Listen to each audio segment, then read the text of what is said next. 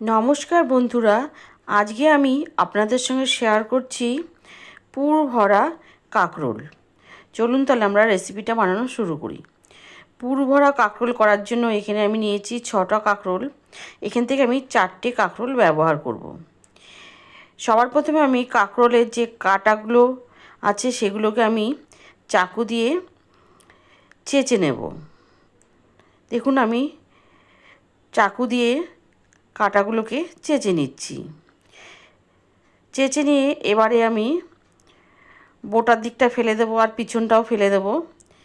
ফেলে দিয়ে 2 টুকরো করে কেটে নেব।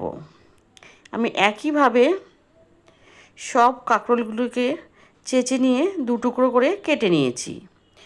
এবারে ভালো করে ধুয়ে পরিষ্কার করে নেব।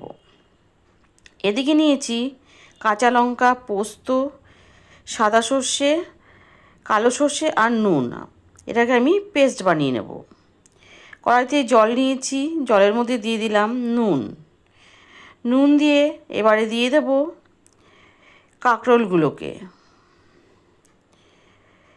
কাঁকরোলগুলোকে সব দিয়ে দেব।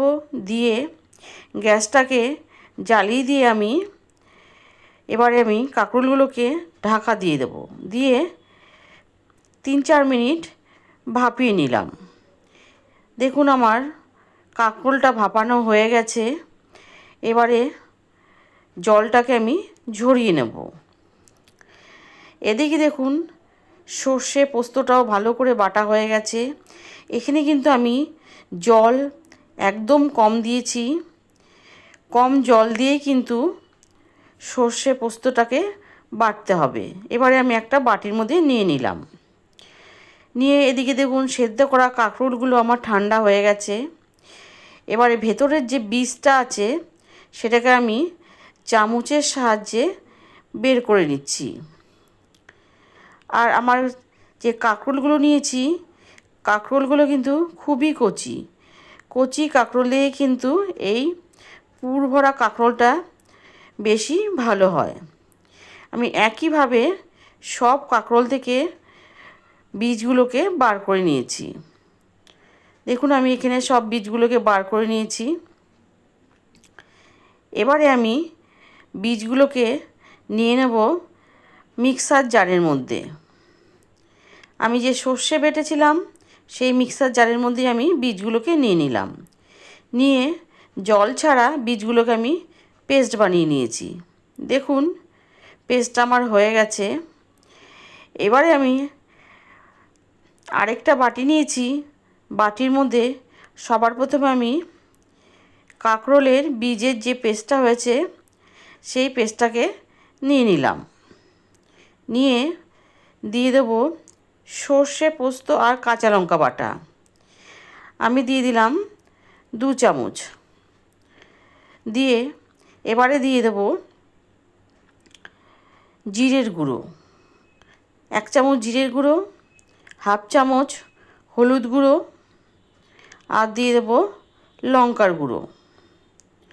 দিয়ে এবারে দিয়ে দেব পরিমাণ মতো নুনটা কিন্তু বুঝে দিতে হবে, কারণ সর্ষের মধ্যে যখন বেটেছিলাম নুন দেওয়া ছিল, সেই বুঝে আমি নুনটা দিলাম। দিয়ে সম্পূর্ণটাকে ভালোভাবে আমি মিশিয়ে নেব, যাতে সর্ষে, কাঁকরোলের বীজ, গুঁড়ো মশলা সব একসাথে ভালো করে মিশে যায়। এবারে আমি যে কাঁকরোলের বীজ বার করে রেখেছিলাম, এবার সেই ফাঁকার মধ্যে আমি সে সর্ষে পোস্ত আর কাঁকরোলের বীজের পেস্টটাকে নিয়ে নেব। দেখুন আমি কিভাবে নিয়ে নিচ্ছি। একদম সমান সমান করে আমি সবগুলোকে ভরে নেব। দেখুন আমি একইভাবে সব কাঁকরোলের ভেতরে সর্ষে পোস্ত আর কাঁকরোলের বীজের পেস্ট দিয়ে নিলাম।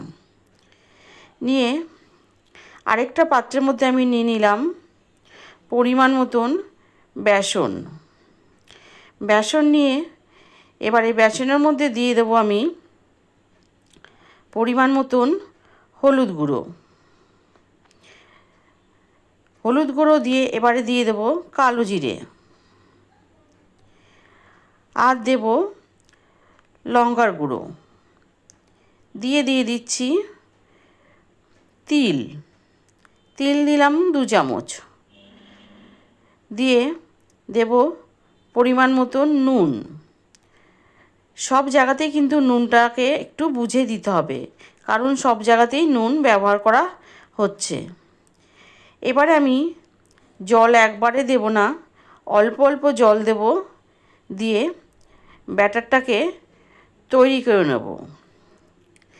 আর ব্যাটারটা কিন্তু আমি তৈরি করে নিচ্ছি, আপনারা দেখতে পাচ্ছেন যে খুব কিন্তু পাতলা করছি না, একটু গাঢ় গাঢ় করে আমি ব্যাটারটাকে তৈরি করে নিলাম।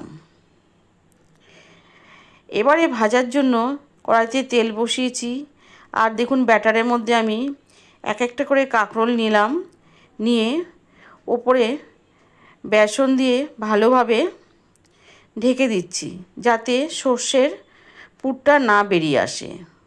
দিয়ে আমি একটা একটা করে কাঁকরোল দিয়ে দেব। প্রথম ব্যাচে যে কটা কাঁকরোল ধরে আমি সেইভাবে কাঁকরোলগুলোকে দিয়ে দিচ্ছি।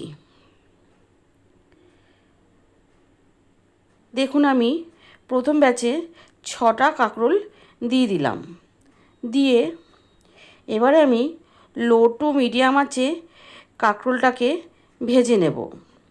এখানে কিন্তু হাই ফ্লেমে ভাজলে চলবে না। এক পিঠটা হয়ে গেছে, আমি কাঁকরোলগুলোকে খুব সাবধানে উল্টে দিচ্ছি। উল্টে দিয়ে একইভাবে আমি আরেক পিঠটাও ভেজে নেব। বন্ধুরা, আজকের পুর ভরা কাঁকরোল যদি আপনাদের ভালো লেগে থাকে, তাহলে আমার চ্যানেলটি যারা প্রথম দেখছেন তারা অবশ্যই আমার চ্যানেলটিকে সাবস্ক্রাইব করে আমার পাশে থাকবেন, আর পাশে থাকা বেল আইকনটি প্রেস করে দেবেন। যখন কোনো আমি নতুন ভিডিও দেব তার আপডেট সবার আগে আপনাদের কাছে পৌঁছে যাবে।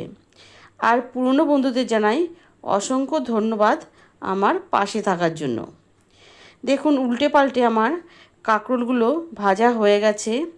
এবারে তুলে আমি একটা প্লেটে সার্ভ করে দিচ্ছি। এই পুর ভরা কাঁকরোলটা কিন্তু শুধু ভাত কিংবা ডাল ভাতের সাথেও কিন্তু দারুণ লাগে। সুস্থ থাকবেন, ভালো থাকবেন, ধন্যবাদ।